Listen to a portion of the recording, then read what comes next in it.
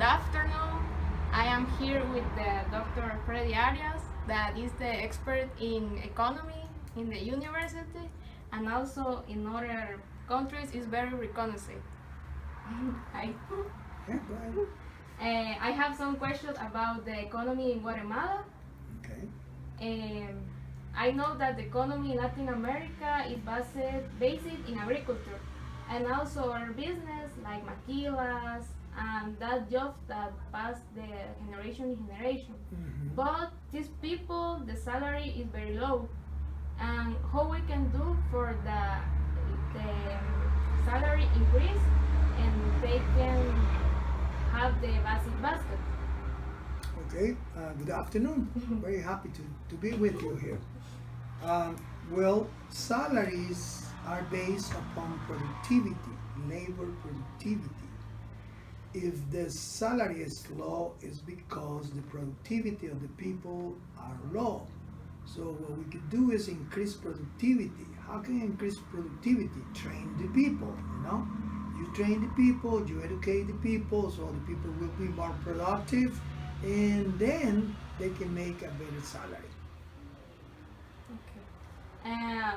Why some people in our countries that have the technology and also the resource don't have the risk of start his own business? Because the conditions are not favorable, you know.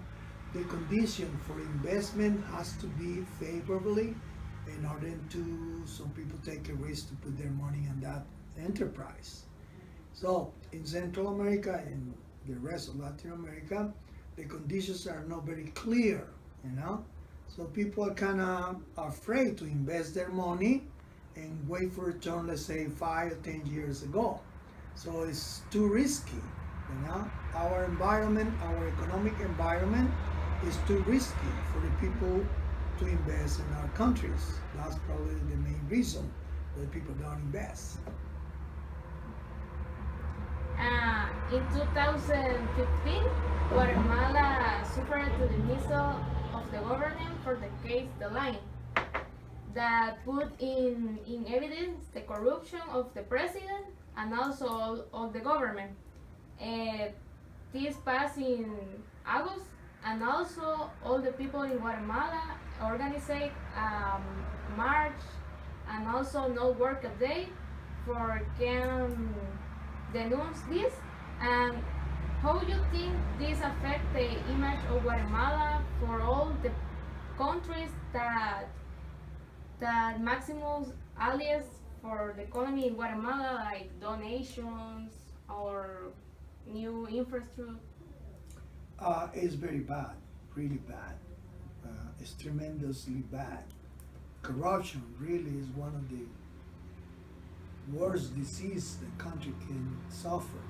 In our cases here in Latin America, corruption prevail. So what happened in Guatemala is happening everywhere. The differences in Guatemala, there were this strong movement to denounce this corruption, and that's why they defeat, they throw away this president. But this type of situation affect the economy very bad everywhere in Latin America. Corruption for me from Mexico to Brazil is probably the main reason for that affect the economic growth. That you think that is negative for Guatemala? It is very bad for the rest of the country, you know, not only for Guatemala.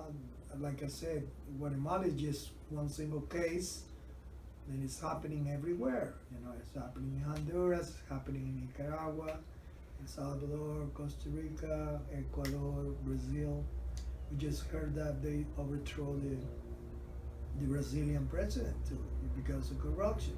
So yeah, corruption is very bad. It break the rules, you know, and because break the rules, then investor got scared because there's no rules. If there's no rules, nobody gonna invest.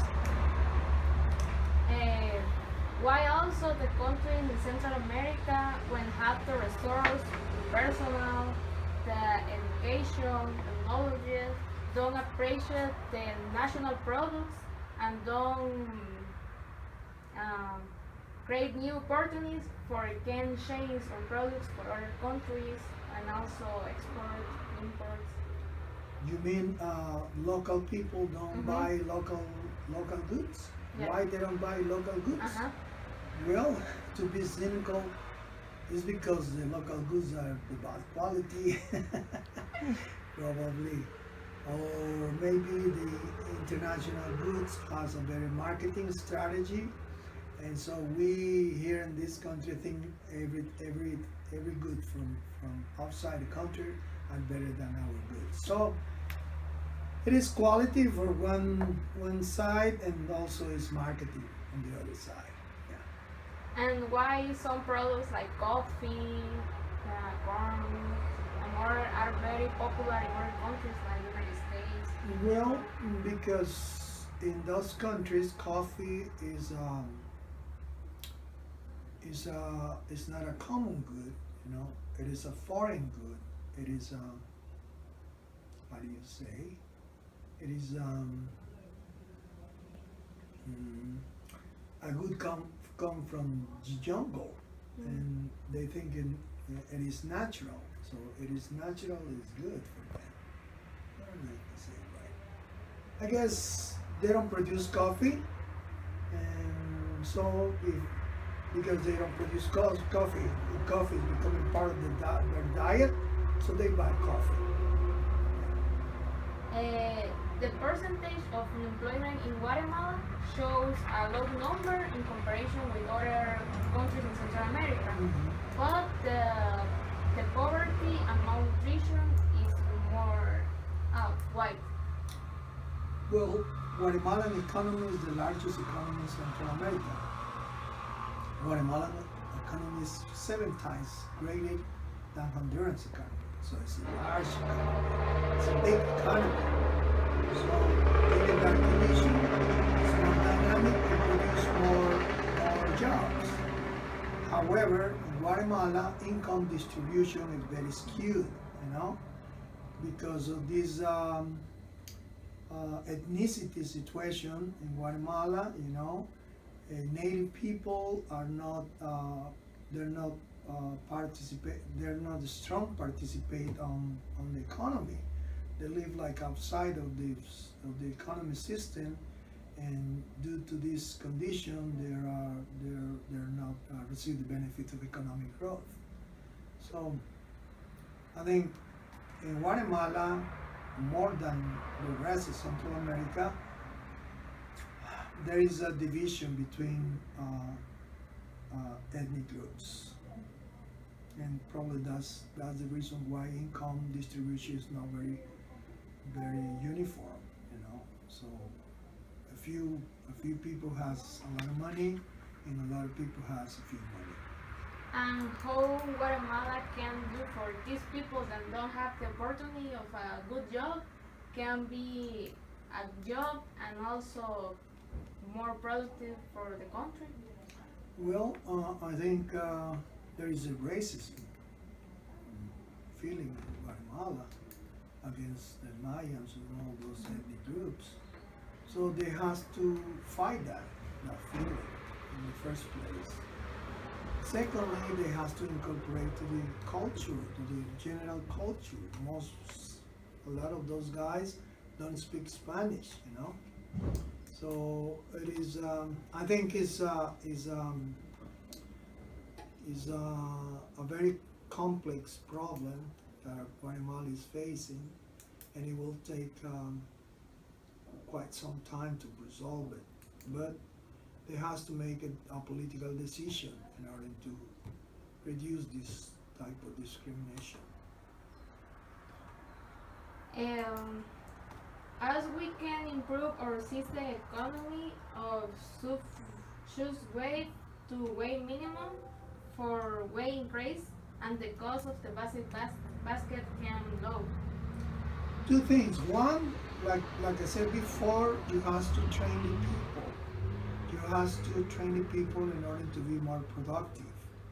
If the people is more productive, then they will have a higher salary. I'll give you an example. You compare a welder, a well-trained welder, against a peasant who works. You only know is use their machete. And the salary of the peasant with the machete will be way lower than the welder because the welder has a training, has a specialty. So what we need to do is train the people in order to have a more value added to their products, to their products of their labor.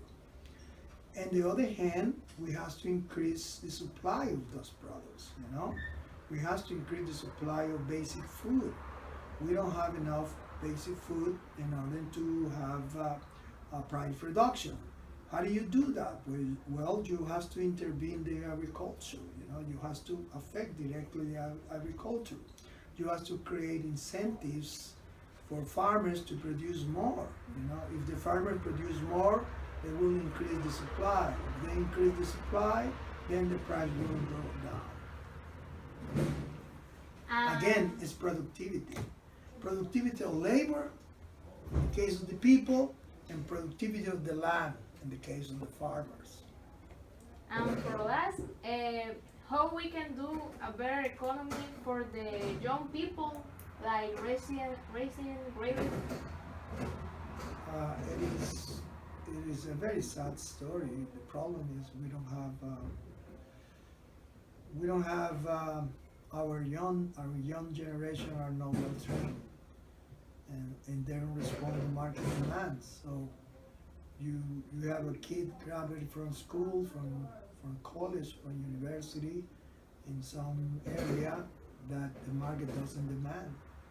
You know, right there you have a big problem because you have this guy who spent 10 years training by himself, and here you have this market who demand other type of abilities. So our educational system has to be more proactive. They have to read what's happening in the market, and then after reading what's happening in the market, they have to develop a curriculum according with the market demand. But right now we are producing lawyers like crazy. We have a bunch of lawyers, and there is no job for those bunch of lawyers. You know, we are producing a lot of administrators, and we don't have enough business for administrators. That's the problem, I think. And how you think that the economy in Central America was in 10 years? Will we?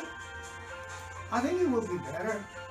I think by 10 years, I would say something like a crazy thing, but I think in 10 years from now, there will be some kind of free labor movement with the United States. So this freedom of movement of labor will equate wages, and labor will have a better training. So I think the economy of Central America will be better off. Thank you so much for the technology, and I learned a lot of my country and also Central America, and thank you. You're welcome. My pleasure.